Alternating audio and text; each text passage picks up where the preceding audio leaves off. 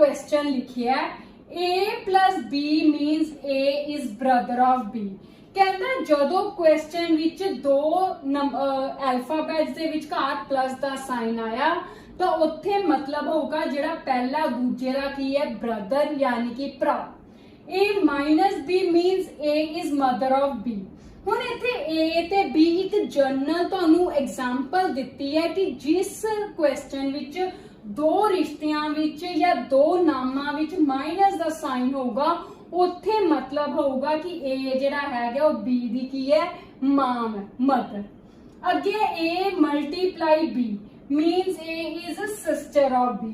तो जदों दो नामां विचकार गुना दा निशान होगा तो इसका मतलब है कि A जिहड़ी है वो B दी की है भैन।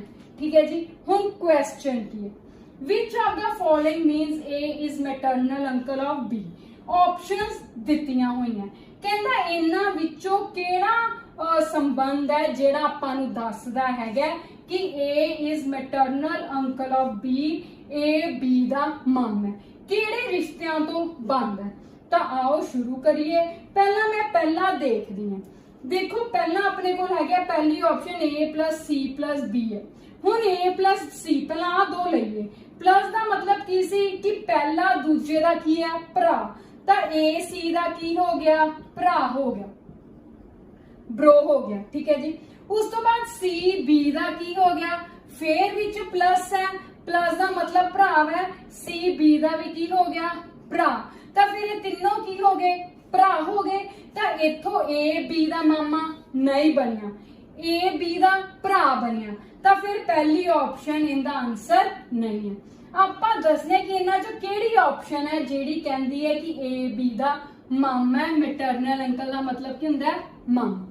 हुण पहली ऑप्शन बाहर होगी दूजी ते तीजी है चौथी ता फिर जे इन्हां च नहीं होगा तो आंसर की होगा नन। हुण आपां दूजी देखिए A minus B plus C। पहला A minus B लईए। A minus B का मतलब की है कि A is mother of B यानी कि A B दी की है मदर। ठीक है जी। यानी कि B A दा की है बच्चा A B दी की है मदर है। ठीक है जी। यानी कि B A दा बच्चा है क्योंकि माइनस दे रिश्ते नूं एवें दस्सिया गया। अगे हुण देखिए B plus C B C दा की है प्लस दा मतलब की है भरा ते B C दा की है भरा है ना।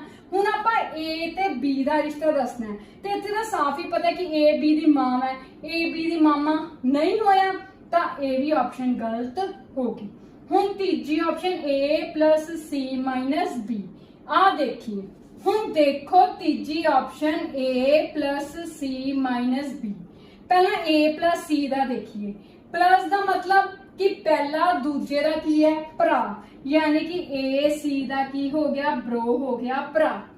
अगे C माइनस B है तो C ते B दे विच की रिश्ता है माइनस दा मतलब है कि पहला दूजे दी की है मां यानी कि C B दी की है मां यानी कि B C दा की हो गया बच्चा। हुण देखो A ते C A C दा भरा है यानी कि दोवें भैन भरा हो गए। C B दी की है मां ते हुण B C दा की हो गया बच्चा।